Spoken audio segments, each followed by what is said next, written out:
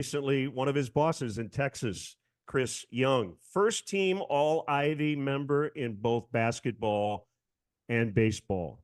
He would be a seventh round pick of the Padres in 2005, got to the majors in 2008, and he tripled in his first career at bat off Aaron Cook of the Rockies. After 9 years as a player, he joined the Cubs front office before becoming a first base coach, then the third base coach.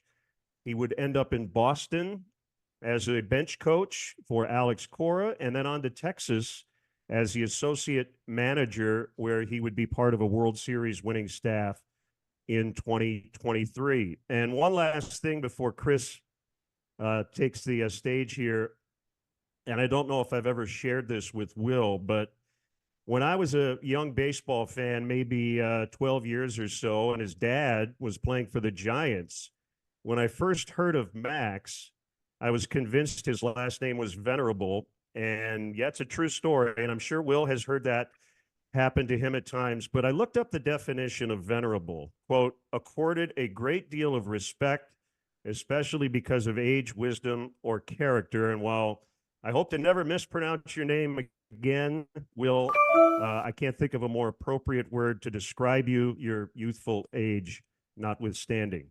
So, having said that, let's turn things over to the person who hired Will, and he leads the White Sox baseball operations, Senior Vice President and General Manager Chris Getz. Chris? Thank you, Len, and I'm happy that you were able to you were the one that recited his resume and his bio, because I would have struggled to hit on everything just because of how impressive it is. But welcome, everyone. Obviously, an important day, a special day for me, both personally and professionally, to welcome Will Venable to the Chicago White Sox as the next manager. You know, I've known Will for an extended amount of time, and you know, it was very clear early on in this process that he was someone that should have been a top candidate, in which he was, and obviously, you know, became the perfect final candidate for us. You know, it was an extensive process, interview process that we began getting organized in August, and you know, we certainly used our resources outside of the organization, leaned on, you know, our internal people as well. And, you know, at one point we had 60 plus candidates. Obviously we worked that down to eventually 20. We certainly did our homework, used the network that many of us have outside of the organization, and dove in deeper. And once we got to about 20 candidates, we began a more personalized interview process. We were very intentional. You know, we built out the criteria, desired outcomes of what we were looking for. We built out a value system that we felt a manager for the Chicago White Sox would embody. And, you know, through that 20-person interview process, we dwindled it down to 5. I will say that that particular point in our interview process was the most difficult.